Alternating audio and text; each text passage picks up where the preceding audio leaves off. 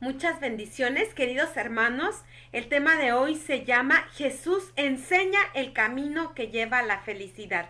Vamos a iniciar poniéndonos en la presencia de Dios con el Salmo 119. Vamos a rezar este salmo del versículo 1 al 15 únicamente. En el nombre del Padre, del Hijo y del Espíritu Santo. Amén. Felices los que se conducen sin tacha y siguen la enseñanza del Señor. Felices los que atienden a sus mandamientos y lo buscan de todo corazón. Los que no hacen nada malo, los que siguen el camino del Señor. Tú has ordenado que tus preceptos se cumplan estrictamente. Ojalá yo me mantenga firme en la obediencia a tus leyes. No tendré de qué avergonzarme cuando atienda a todos tus mandamientos. Te alabaré con corazón sincero cuando haya aprendido tus justos decretos. Quiero cumplir tus leyes, no me abandones jamás. ¿Cómo podrá el joven tener una vida limpia? Viviendo de acuerdo con tu palabra. Yo te busco de todo corazón, no dejes que me aparte de tus mandamientos. He guardado tus palabras en mi corazón, para no pecar contra ti. Bendito tú, Señor, enséñame tus leyes. Con mis labios cantaré todos los decretos que pronuncies. Me alegraré en el camino de tus mandamientos, más que en todas mis riquezas. Meditaré en tus preceptos y pondré mi atención en tus caminos. Me alegraré con tus leyes y no me olvidaré de tus palabras. Gloria al Padre y al Hijo y al Espíritu Santo, como era en el principio, ahora y siempre, por los siglos de los siglos. Amén. En el tema anterior habíamos visto, queridos hermanos, cómo el Hijo de Dios había nacido de la Virgen Santísima y cómo de Jesús a partir de los 12 años no se va a saber absolutamente nada hasta la edad de 30 años cuando él va a comenzar su vida de misionero. Miren, vamos a ver cómo Jesús inicia su vida pública, como le llamamos nosotros, ¿no? Su vida de misión. Y a mí me llama mucho la atención cómo Jesús, no crean que comenzó ya directamente predicando, sanando enfermos, no. Él a los 30 años, que recordemos que el número 3 es un número muy importante, muy simbólico, que quiere decir el tiempo necesario, el tiempo suficiente. Jesús ya tiene 30 años, ha vivido estos 30 años unido a la Virgen María, José, para cuando Jesús ya empieza con su vida de misión, él ya había muerto, San José, pero ha tenido esta vida de familia hasta los 30 años. Y ahora Jesús sale de su casa de Nazaret para comenzar su vida pública, su vida misionera. Y lo primero que Jesús va a hacer, hermanos, es ir a bautizarse al río Jordán. Cosa que para Jesús, él no necesitaba hacerla. O sea, ¿a quién iba a bautizarse al río Jordán? Los pecadores. Como un signo de que estaban arrepentidos, iban y se hacían bautizar por Juan, que bautizaba en el río Jordán. Y Jesús, obviamente que él no tiene ningún pecado. Y sin embargo, con un gesto de humildad, ¿sí? Para enseñarnos, para fundar su bautismo, él va y se hace bautizar por Juan en el río. Miren, vamos a ver qué manifestación hubo en ese momento. Y lo vamos a ver en San Marcos capítulo 1, del 9 al 11. Es sorprendente, hermanos, de verdad, porque este acto de humildad de Jesús hace que incluso los cielos se rasguen y que el Padre, Dios, sea el que presente al mismo Jesucristo. O sea, el Padre va a presentar a Jesucristo cuando Él, en este acto extremo de humildad, donde va a hacerse bautizar por Juan, se escucha la voz del Padre. A ver, vamos a escuchar con muchísima atención. Marcos 1, 9 al 13, al 11, perdón. Por aquellos días Jesús salió de Nazaret, que está en la región de Galilea, y Juan lo bautizó en el Jordán. En el momento de salir del agua, Jesús vio que el cielo se abría y que el Espíritu bajaba sobre él como una paloma, y se oyó una voz del cielo que decía: tú eres mi Hijo amado, a quien he elegido. Palabra de Dios, te alabamos, Señor. como decíamos, es el Padre el que presenta a Jesús y que se escuche esta voz del cielo: tú eres mi hijo muy amado, ¿sí? A quien he elegido. Es el Padre, Dios, el que le dice al mundo a quién debemos escuchar, como dice San Mateo, ¿no? A Él deben escuchar. Hay tantas voces que podemos quedar confundidos. Sin embargo, dice, a Él deben escuchar. Y aquí, hermanos, con este bautismo de Jesucristo en el Jordán, se santifican las aguas que después inclusive van a servir para bautizarnos a nosotros.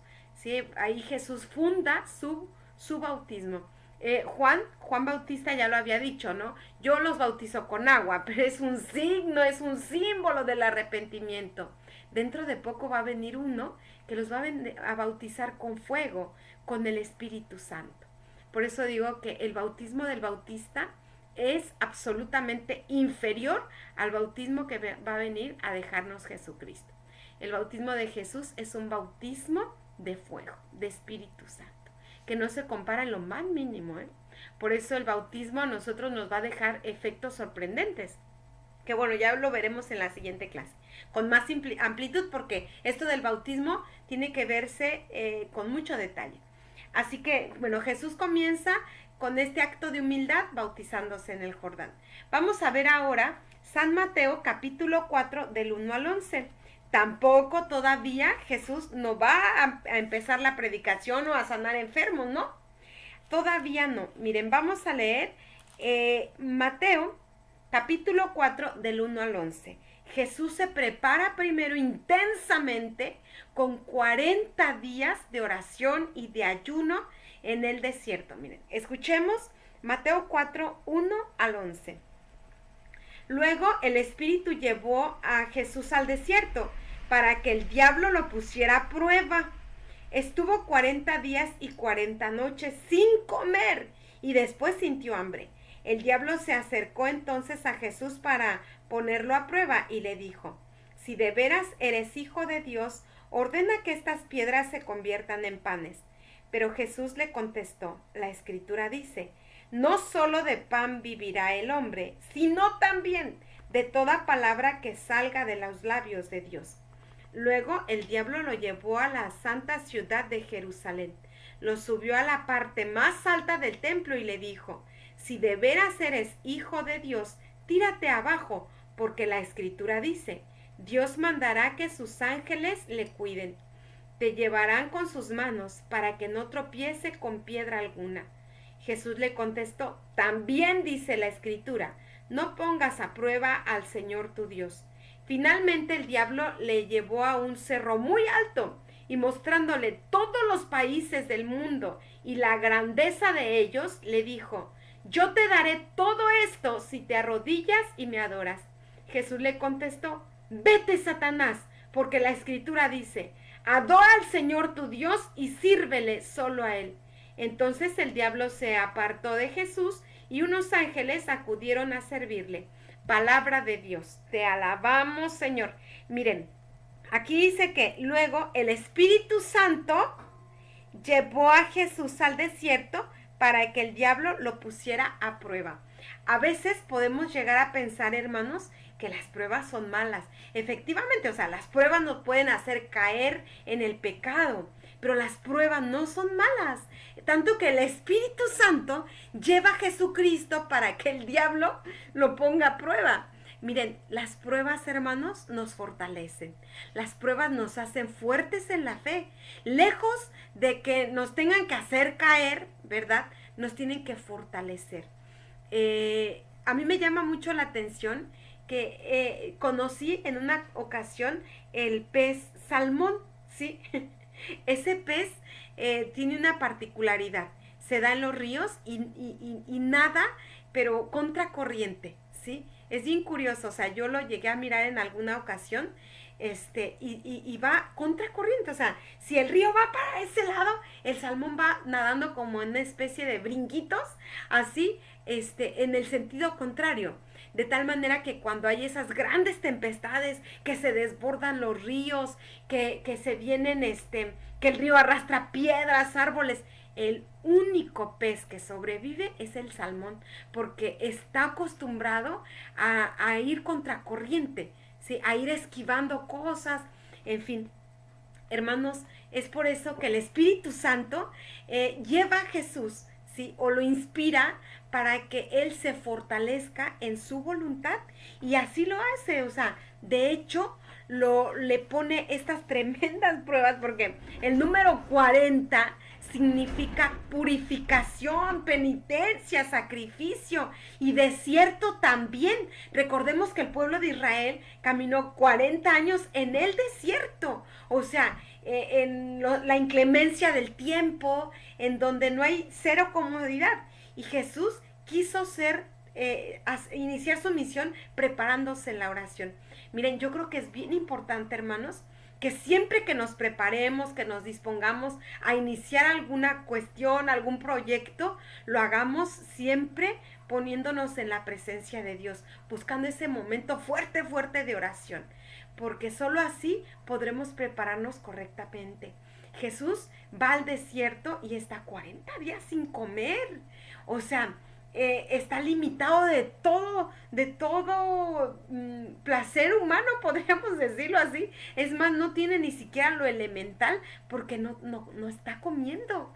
Y dice que esta debilidad que Jesús experimenta como humano, ¿sí?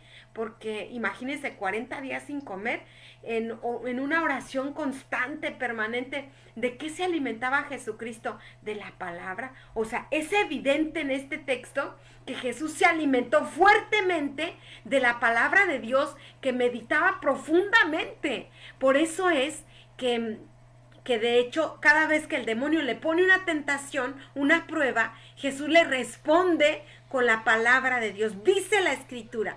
¿Y por qué responde con la palabra? Porque de eso se alimentó los 40 días. De hecho, también el padre Pío, San Pío de Pietrelcina, él también, o sea, un mes entero no comió absolutamente nada más que la hostia consagrada.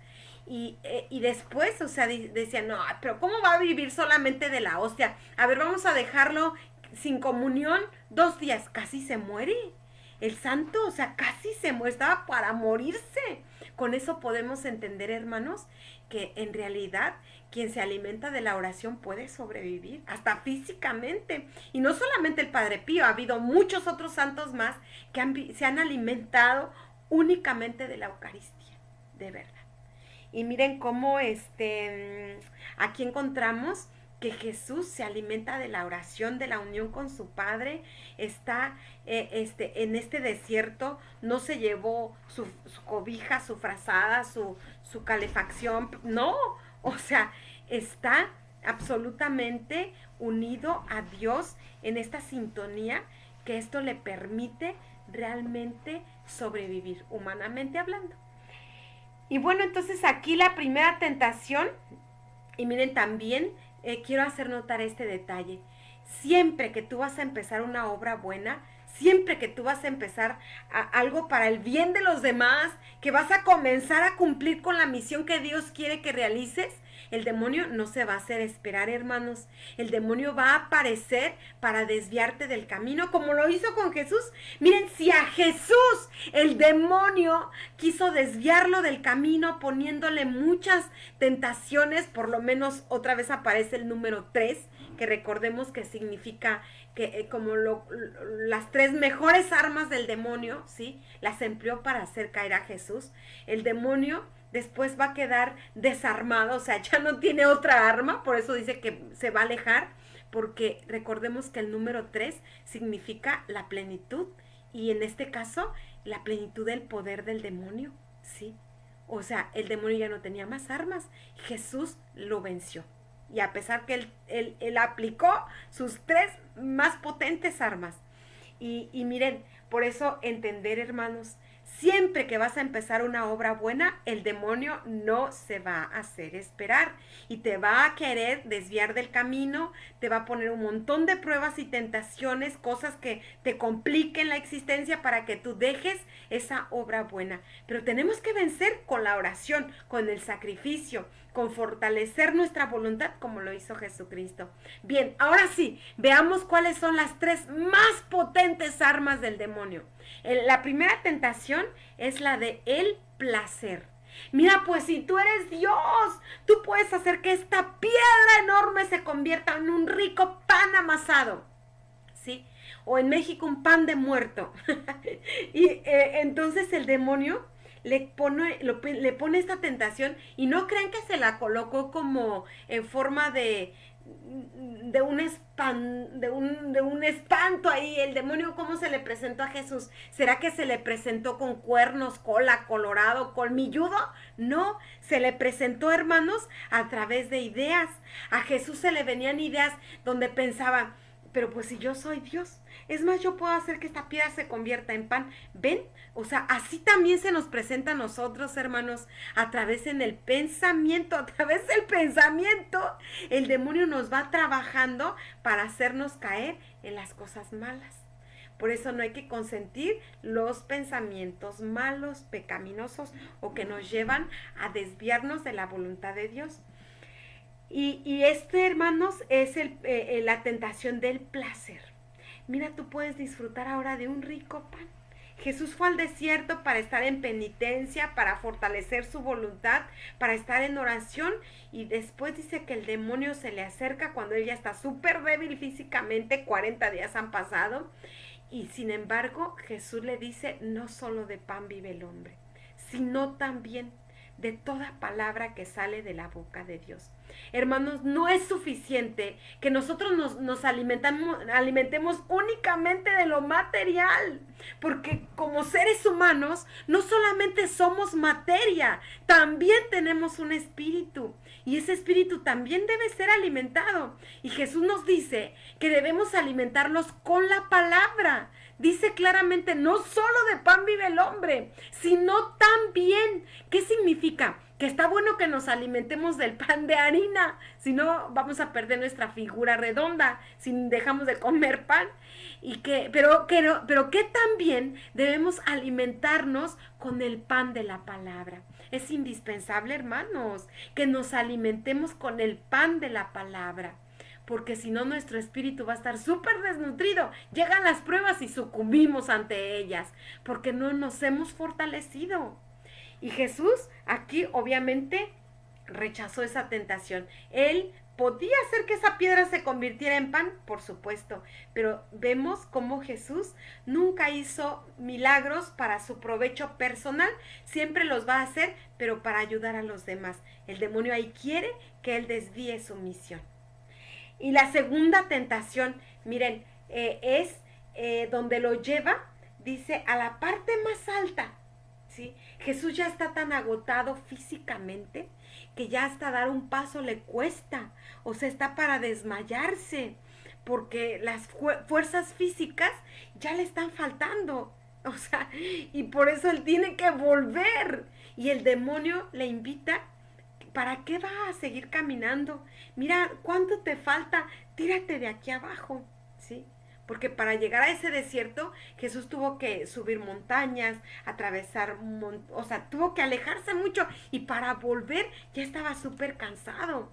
Y se le vino a la mente esta idea, pero si en la escritura dice, miren, cómo hasta el demonio se sabe la escritura, obviamente él no la obedece, pero se la sabe bien. Y por eso es que lo tienta con la misma escritura. La escritura dice, tírate de aquí abajo, porque yo mandaré a mis ángeles que te levanten, para que tu pie no tropiece sobre piedra alguna. ¿Ven, hermanos? O sea, ahí está la tentación del poder. Jesús, que vino a enseñarnos el sacrificio, naciendo en pesebre, muriendo en cruz, y el demonio quiere que presente su mesianismo como algo espectacular, como mira que se tiró de allá arriba y los ángeles lo levantaron. O sea, quiere que nosotros no aprendamos lo que es sacrificio, lo que es humildad, lo que es ejercitar nuestra voluntad ante las cosas que nos cuesten, que nos duelan, pero seguir adelante, ¿sí? No huir ante el dolor, ante el sufrimiento, no renegar. Y ahora el demonio quiere que Jesús ya no nos dé ejemplo de eso, sino que muestre que Él es el Mesías de una manera portentosa, así, espectacular, sobrehumana, ¿sí? Y no. O sea, Jesús en todo nos va a dar ejemplo. Él es verdadero hombre, ¿sí? Y por eso, aunque esté cansado, sin embargo, no se va a tirar de allá arriba para que los ángeles lo levanten acá. No. Él no lo va a rechazar, es la tentación del poder. ¿Podía enviar que los ángeles lo llevaran volando? También podía, pero no quiso. No quiso para enseñarnos que su misión es venir aquí a este mundo a darnos ejemplo, a ser nuestro modelo. ¿Cómo debemos cumplir la voluntad de Dios? Hasta el extremo incluso de morir y morir en cruz, ¿sí? Bueno, vamos a ver también la tercera tentación, la de el poseer. ¿Se dan cuenta que son las tres P, como le dicen? El placer, el poder y el poseer. Lo sube a la altura más alta y le dice, mira, toda esta riqueza, todo esto va a ser tuyo si te arrodillas y me adoras. ¿Cuánta gente cae en estas tentaciones, hermanos, de verdad? O sea, por eso decimos que son las tres más potentes tentaciones, porque ¿cuánta gente se deja llevar simplemente por sus placeres? Y por los placeres deja esposa, deja hijos, no le importa, da mal ejemplo por los placeres, únicamente por los placeres mundanos, ¿sí? Echa a perder su vida, porque tiene gusto de drogarse, porque quiere sentir el placer de alcoholizarse, de drogarse, los vicios, por el placer que produce, qué sé yo, o sea, tanto mugrero, pero que a fin de cuentas te dejan el alma vacía. Te puede dar placer por un momento, pero después amargura en tu corazón, soledad. Acabas solo porque quisiste dejarte llevar por los placeres. Por eso, queridos hermanos, qué importante de verdad es que aprendamos a vencer esas terribles tentaciones, porque como he dicho, son las armas más poderosas. Miren, cuántos jóvenes se pierden porque se dejan llevar únicamente por los placeres, ¿sí? ¿Cómo me acuerdo clarito de un hombre? Yo estaba haciendo visitas domiciliarias y de pronto vi un grupo de jóvenes reunidos, eran como unos 5 jóvenes, entre unos 20 y 30 años. Y yo me acerqué para hablarles de la palabra de Dios. Yo era jovencita, yo creo que tendría como unos 20 años, era mi primer año de vida consagrada, de vida religiosa. Y cómo me acuerdo que me empezaron a decir un montón de cosas. Yo les hablaba de la felicidad, cómo me acuerdo que les decía, miren, nosotros estamos invitados por Dios para ser muy felices. Y uno de ellos, el más viejo, como de 30 años, me empezó a decir, ay, ¿feliz, hermana? ¿Feliz? ¿Qué me va a decir a mí de felicidad? Yo todos los días duermo con una mujer diferente. ¿Qué felicidad me puede faltar? Y entonces yo le dije, ¿y para ti eso es felicidad? Eso te podrá dar placer, pero en un ratito. Y después, cuando te encuentras contigo mismo, ¿qué te queda? O sea, ¿tú piensas que utilizar a las mujeres como si fueran objeto, eso es ser feliz? El egoísmo te da la felicidad, porque eso habla de ti como una persona despreciable. Uy, le dije un montón de cosas. Él se quería sentir como el muy gallo, el muy hombre, el muy capaz. Y cuando yo le empecé a decir esas cosas, yo decía, a ver en qué momento me da un trancazo. Pero no, yo le seguía diciendo y no sé de dónde me salían tantas palabras para decirle, la verdadera felicidad está en el respeto a los demás y en el respeto a tu propio cuerpo. Cuando tú aprendas a valorar tu vida y a valorar la vida de los demás, vas a descubrir que la felicidad no es algo tan pasajero como un placer, donde tú puedes andar de brazos en brazos, de cama en cama, pero tener el corazón vacío, pero tener el corazón corazón hueco, llevar una vida que da asco, porque al fin de cuentas, le dije, todos esos placeres jamás te van a planificar en tu vida. Ay, le dije un montón de cosas que acabó, me acuerdo, agachado, pero así agachado, porque rojo, porque en realidad esas palabras no eran mías. Realmente creo que eran las palabras que Dios me ponía en ese momento en mis labios, porque le llegaban una a esos jóvenes que después comenzaron a recibir el curso bíblico. Y yo realmente me doy cuenta, hermanos, cómo esa palabra alimenta nuestro espíritu y nos hace vencer todas nuestras tentaciones y inclinaciones que ya tenemos como muy arraigadas, pero que el poder de Dios puede quitarnos. Y encontrar verdadera dicha. Aquí miren, en donde Jesús dice, no solo de pan vive el hombre, también donde dice, no pongas a prueba al Señor tu Dios. Esta terrible tentación de, mira, si tírate de aquí abajo, que Dios dice, Él te va a ayudar. No, hermanos, no podemos poner a prueba a Dios. Lo que sí tenemos que hacer, hermanos, es cuidarnos. O sea, tenemos que poner también de nuestra parte y sí confiar en Dios. Por eso dice San Agustín, hazlo todo como si todo dependiera de ti, pero confía como si todo dependiera de Dios. ¿Sí? Así tenemos que vivir, hermanos. Cuídate para que no te contagies como si todo dependiera de ti, pero confía como si todo dependiera de Dios. ¿Cuánta paz encontramos en esto, hermanos? De verdad. Hay gente que vive angustiada porque no se vaya a contagiar del coronavirus. No, sí, te tienes que cuidar como si todo dependiera de ti. Y tienes que confiar como si todo dependiera de Dios. Grábense esa máxima de San Agustín. Bien, entonces esa tercera tentación, hermanos, te voy a dar todas las riquezas si te arrodillas y me adoras. ¿Cuánta gente no ha sucumbido ante esta tentación? Gente que adora incluso al demonio, vende su alma al demonio, dedica su vida, no tiene tiempo para otra cosa, porque quiere ganar dinero, plata, todo es dinero, y a fin de cuentas pierde familia. O los hijos crecen y se van y queda solo, con un montón de plata, pero solo, y no disfrutó la infancia de sus hijos, no tuvo tiempo. Y ahora, ¿cómo compras la infancia de tus hijos si ya la dejaste escapar? Bien, hermanos, miren cómo Jesucristo sí venció esas tres tentaciones con la palabra. Apártate de mí, Satanás, porque dice la Escritura, ¿sí? Adorarás al Señor tu Dios y a Él solo servirás. Y dice aquí que el demonio se alejó esperando otra nueva oportunidad. Y esa nueva oportunidad la va a encontrar cuando Jesús nuevamente se sienta agotado en su fuerza física en la cruz. Pero antes de llegar a la cruz, vamos a leer el siguiente texto bíblico. Es San Mateo capítulo 5, versículo del 1 al 12.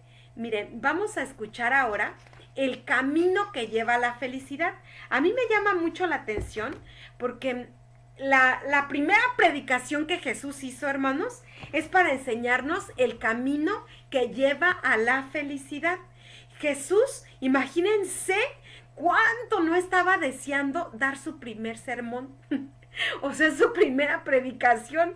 Yo me acuerdo que cuando yo estaba de novicia, imagínense, 2 años de novicia. Ay, yo soñaba, pero así literalmente, yo anhelaba el día en que ya saliera del noviciado y pudiera dar mis cursos bíblicos y pudiera predicar a las personas. Oh, yo era como un sueño, tanto que planeé.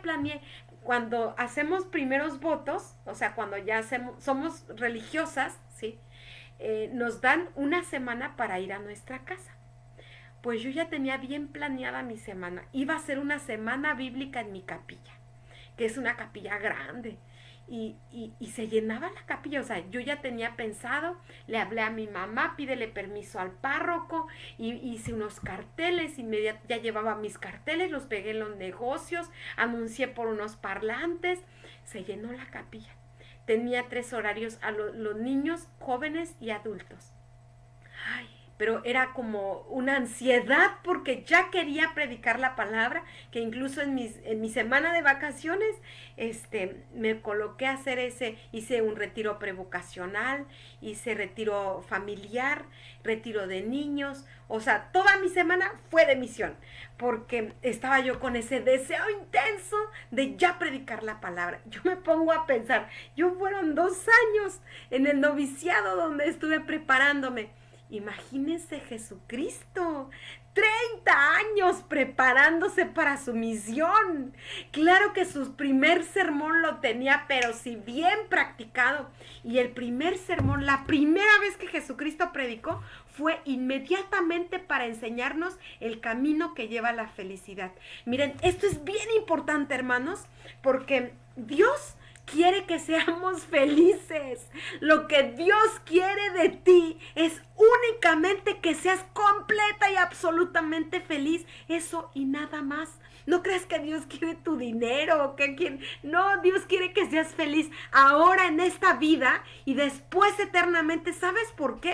Porque nadie te ama como Él y por eso quiere que seas inmensamente feliz. Y el primer sermón fue para enseñarte el camino que lleva a la felicidad.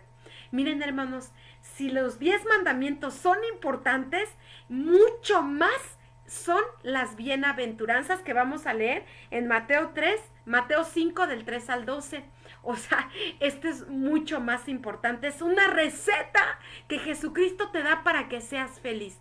Yo creo que todos queremos ser felices, pero a veces desviamos el camino y encontramos un montón de sufrimiento.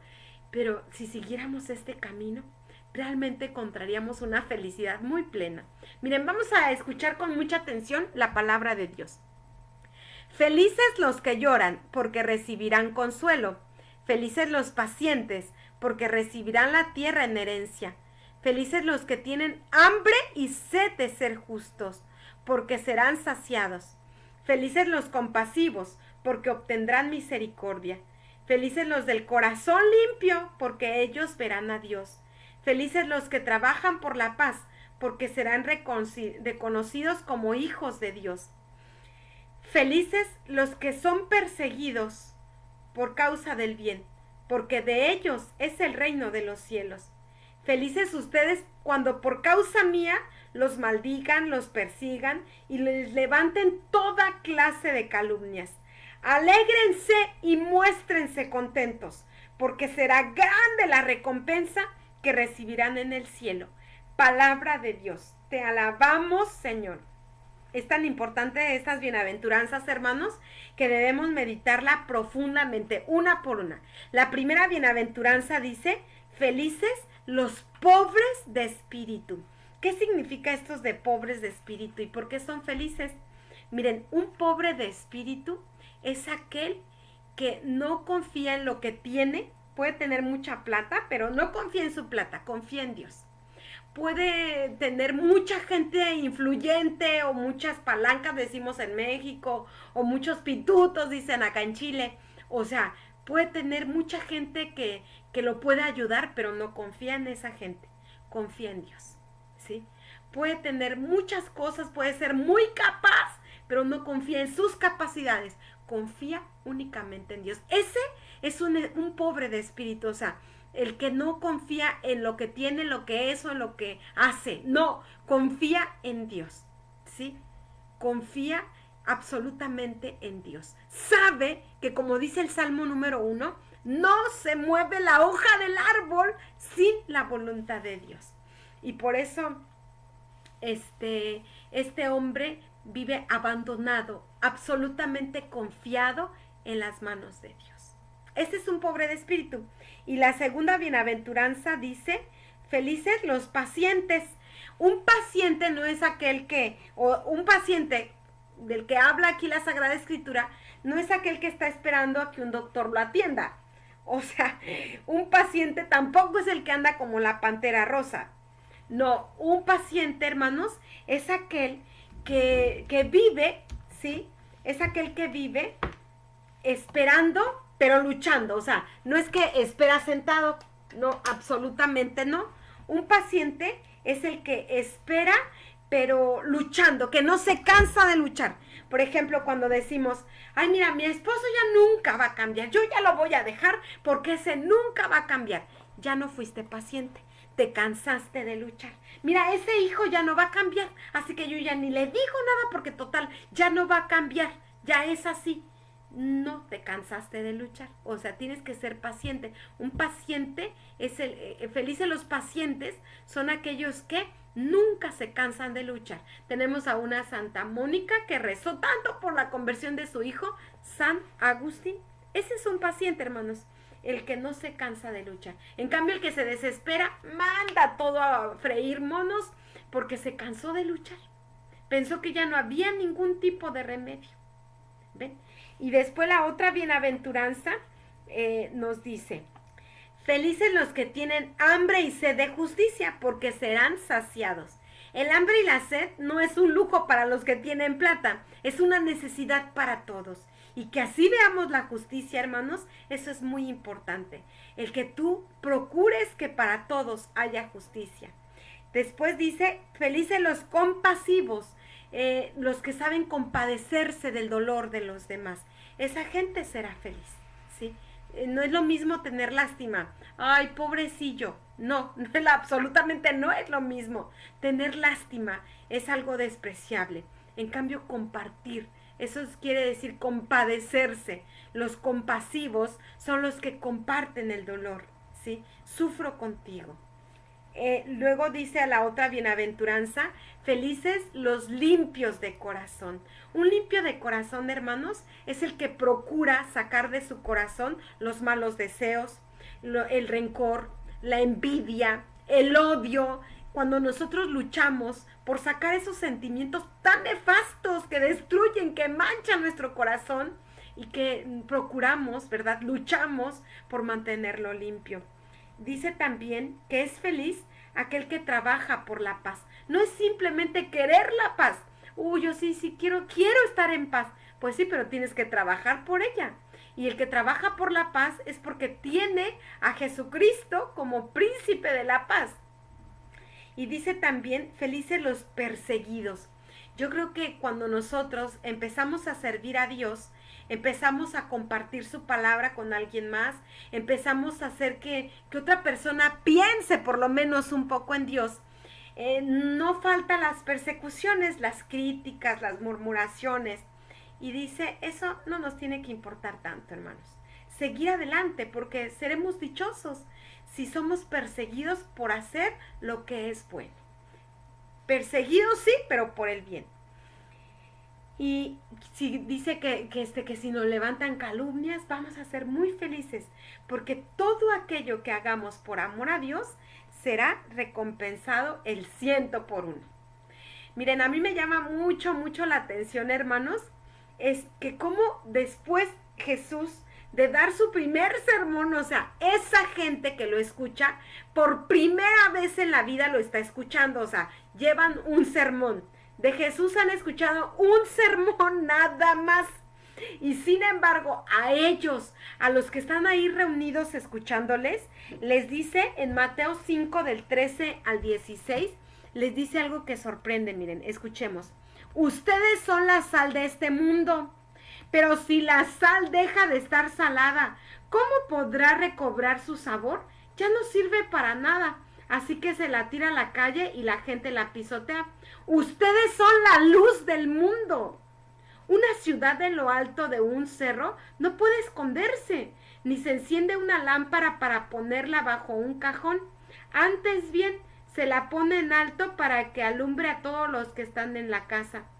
Del mismo modo, procuren ustedes que su luz brille delante de la gente, para que viendo el bien que ustedes hacen, todos alaben a su Padre que está en el cielo. Palabra de Dios, te alabamos, Señor. Ahí tenemos, hermanos, como Jesús les dijo, ustedes son la sal. Ustedes no me dejarán mentir, los que son de Argentina, a la gente allá dice, cuando ya están hartas, dicen, ¡ay, este marido ya me tiene podrida! Una vez cuando yo escuché, iba pasando por la calle, y entonces una señora gritó desde su casa, ¡ay, ya me tienes podrida! es como cuando dicen, ya me tienes cansada, ya me tienes hasta la coronilla. Y yo pensé, porque acuérdense que la sal es para evitar que la carne se pudra, ¿sí? La sal, cuando no había refrigeradores, era el único medio en el tiempo de Jesús que evitaba que los peces se descompusieran, ¿sí? Que la carne se echara a perder. O sea, ¿cómo es necesario entonces para nuestra vida, hermanos, el que también nosotros seamos la sal? También Jesús nos dice que somos la luz del mundo. Jesús miró este mundo tan lleno de tinieblas que por eso dijo, ustedes son esa luz. Y podemos decir, ay, pero yo apenas voy empezando y no sé muchas cosas. Imagínate esas personas que por primera vez estaban escuchando la palabra de Dios y Jesús les dijo, ustedes son la luz. Ellos no tienen ni siquiera la luz que ustedes ya escucharon, el primer sermón de Jesús. Ustedes son la luz del mundo. Y Jesús dice, nadie enciende una lámpara para taparla con un cajón. Se pone en alto porque es necesario que su luz brille en medio de la gente. O sea que Dios nos ha puesto como lámparas, hermanos. No apaguemos nuestra luz. No nos pongamos debajo de un cajón por el miedo, por el que dirá la gente. Que eso no nos importa, hermanos. Que hagamos brillar nuestra luz en medio de los demás. Compartamos esta luz que hemos recibido de parte de Jesús y en eso encontraremos muchísima felicidad. Bueno, otro medio a través del cual podemos ser muy felices, Jesús nos lo muestra en el Evangelio de San Mateo, capítulo 5, versículo 38 al 45. Dice, ustedes han oído que se dijo, ojo por ojo y diente por diente, pero yo les digo, no resistan al que te haga algún mal, al contrario, si alguien te pega en la mejilla derecha, ofrécele también la otra. Si alguien te demanda y te quiere quitar la camisa, déjale que se lleve también tu capa.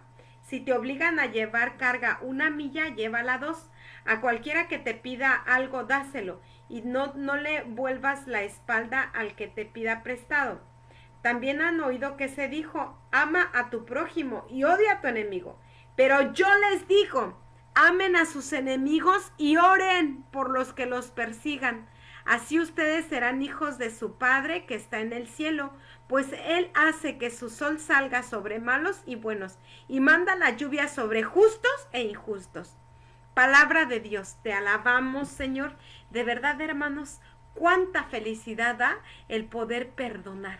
El poder, dice aquí, rezar por tus perseguidores, por tus enemigos. Miren, ¿cómo podemos amar a nuestros enemigos? Eso no es un sentimiento, obviamente no. ¿Qué sentimiento me va a surgir a mí si alguien me hizo mucho mal? No, o sea, ¿dónde está entonces lo que Jesús nos invita a que tú puedas rezar por ellos? Aunque no lo reces de corazón, al principio a lo mejor dirás, ¡ay, pero si yo al contrario no quiero rezar por él, quiero que pague, quiero que sufra! Pero reza, haz lo que Jesús te pida y te vas a dar cuenta cómo el primer corazón sanado será el tuyo. Porque mira, ya te hizo mal esa persona y lo sigues cargando porque sigues teniendo hacia él ese sentimiento tan horrible del odio, de la venganza.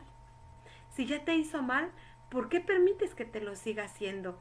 Guardándolo a esa persona que te hizo mal, guardándola en tu corazón con el odio. Cuando tú aprendes a perdonar, aprendes también a sanar tu corazón. Y por eso eres feliz, ¿sí? Jesús también nos enseña que hay una manera muy, muy práctica de ser feliz. Y nos la dice en el Evangelio de San Lucas, en el capítulo 14, versículo del 7 al 11. Miren, la felicidad verdadera, hermanos, está en el servicio. Y aunque uno pueda decir, pero es que yo pienso que soy más importante si me sirven. Si a mí me sirven, o sea, yo soy el importante. Y Jesús dice, no, si tú quieres ser feliz, tienes también que servir a los demás. Miren, vamos a escuchar Mateo 14 del 7 al 11. Dice, no sean ansiosos en ser los primeros, sean humildes, porque quien se abaja será humillado. Porque el que se alaba será humillado y el que se humilla será alabado. Palabra de Dios. Te alabamos, Señor. Entonces, claramente aquí dice el Señor que no hay que buscar los primeros lugares, esos primeros puestos. Y muchas veces Jesús dijo, si te invitan a un banquete, no vayas y llegues a ocupar el primer puesto, porque va a llegar el que te invitó y te va a decir, ¿sabes qué, amigo? Hay otra persona más importante que tú. Por favor, levántate de este puesto y vete a ocupar el de aquel lugar. Y te vas a tener que levantar con mucha vergüenza. Pero si tú te vas a al último lugar y llega el que te invitó, ¿por qué estás hasta acá? No, no, amigo, ven aquí, siéntate acá en el puesto de más honor. Te sentirás mejor. Por eso dice, ser feliz, es feliz la persona que sabe ser humilde. Esa persona es feliz cuando sabe ser humilde. Y también cuando sabe servir. Miren, una persona que es humilde puede servir. El que no es humilde, pues ¿qué va a querer que lo sirva, no servir? Dice en Marcos capítulo 9, versículo del 33 al 35. El que quiera ser el más importante, que se haga el servidor de todos. Y el que quiera ser el primero, que se haga siervo de todos. Palabra de Dios. Te alabamos, Señor. Servidor de todos. De verdad, hermanos, la persona generosa es la persona más feliz, porque la generosidad da mucha alegría. Miren, ustedes lo saben también. ¿Cómo te sientes tú después de haber ayudado a alguien que lo necesitaba? ¿Verdad que te sientes súper bien? ¿Que tu corazón se pone contento? De verdad, hermanos, el servicio nos pone muy felices. Nos da mucha alegría el poder servir a los demás. Y si te tienes que humillar para servir, no importa, hazlo, porque aún ahí vas a ser feliz. Hermanos, muchas bendiciones. Recordemos que desde la creación Dios quiere que seamos felices. Recordemos que Dios, cuando creó todo lo que existe, vio que estaba bueno y pasó el siguiente día y vio que estaba bueno. O sea, lo que Dios quiere de ti es que seas inmensamente feliz. Después viene Jesucristo y su primer sermón es para enseñarte el camino que lleva a la felicidad. Con esto nos queda súper claro que lo que Dios quiere de nosotros es que seamos felices. El bajón constante, la tristeza, la depresión no son de Dios. Hermanos, si tú en algún momento de tu vida sientes que no puedes, que ya es todo, que ya para qué, si estás tan pesimista, te estás dejando llevar por el enemigo. Renuncia a esa tentación. Dile como Jesús le dijo, apártate de mí, Satanás. Sí, la tristeza no es de Dios. Dios quiere que seas feliz aquí en la tierra y después eternamente. Luchemos por ser felices, ya que eso, hermanos, es una decisión. Tú decides.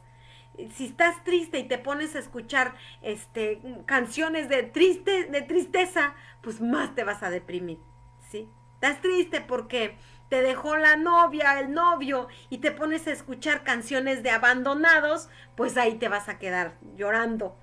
En cambio, si sales, si conoces más personas, si te distraes, si ves la vida de otra manera, tú mismo te vas a sacar de esa depresión, ¿sí? Sin necesitar pastillas y sin necesitar de muchas cosas. Porque tienes a Dios en tu vida, que es el que te enseña el verdadero camino que lleva a la felicidad. Hermanos, muchas bendiciones y les esperamos en el curso bíblico. Hasta la próxima.